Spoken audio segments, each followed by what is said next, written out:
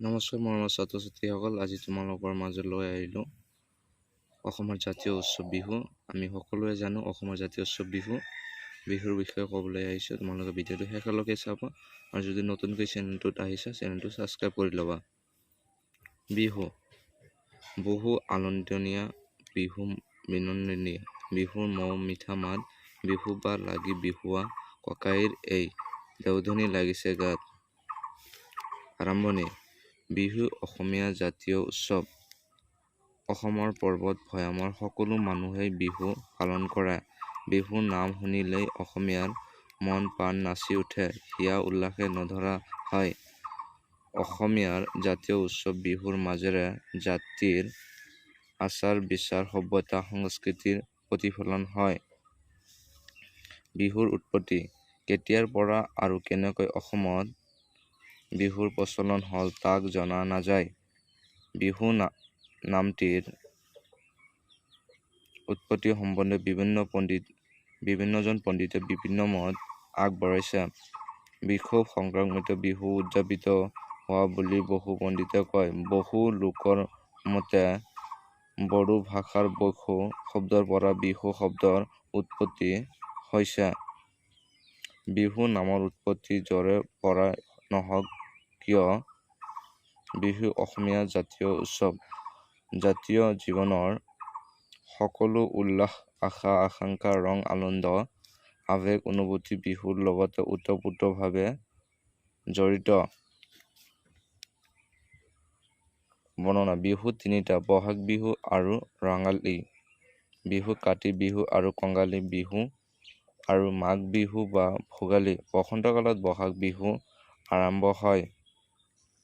বহাগ বিহুৰ পৰা অসমীয়া নতুন বছৰৰ আৰম্ভ হয়। চ'তৰ শেষৰ দিনাখনৰ পৰা বহাগৰ 6 তাৰিখলৈকে 7 দিন জুৰি বহাগ বিহু উদযাপিত হয়। ৰঙালী বিহুৰ প্ৰথম দিনটোক গৰু বিহু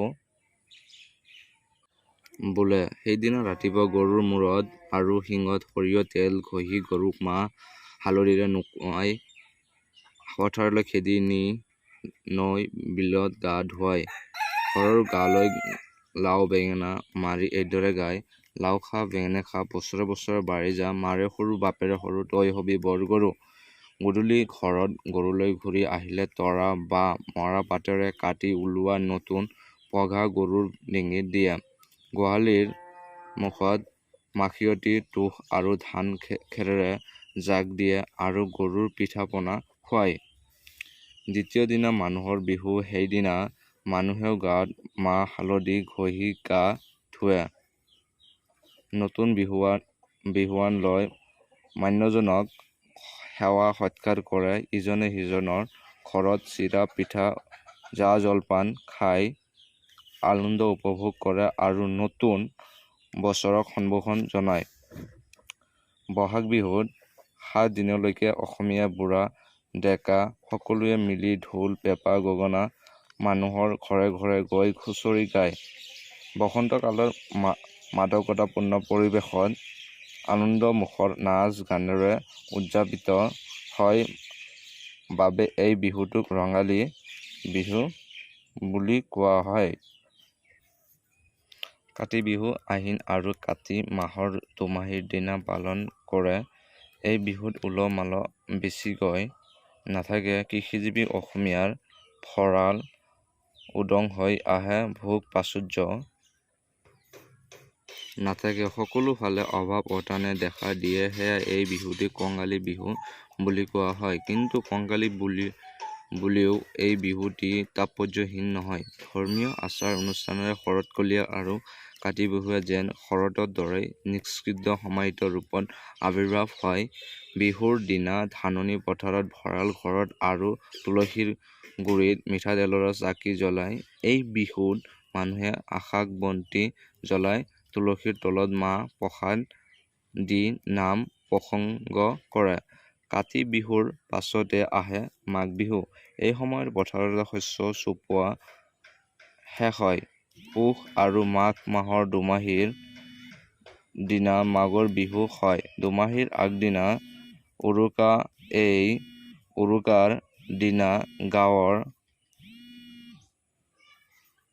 সকলো মানুহে মিলি মেজি বা ভেলাঘৰ সাজি তাৰ তলত ভোজ ভাত খায়। ৰাতিপুৱা গা পা ধুই মেজি জ্বলায় আৰু মেজিলৈ পিঠা পনা আগবঢ়াই সেৱা কৰে। মেজিৰ জুইৰ তাপ লৈয়ে সকলোৱে মিলি নাম কীৰ্তন কৰি মাহ প্ৰসাদ খাই পিছত সকলো ঘৰা ঘৰি গৈ বয়সীয়াল সকলোকক সেৱা জনাই সকলোৱে জা জলপান খায়। এই বিহুত ম'হ যুঁজ, কণী যুঁজ, বুলবুলি চৰাইৰ যুঁজ, কুকুৰা যুঁজ, খৰিকেলা আদি খেলা কৰে। খেতি চপোৱাৰ শেষত এই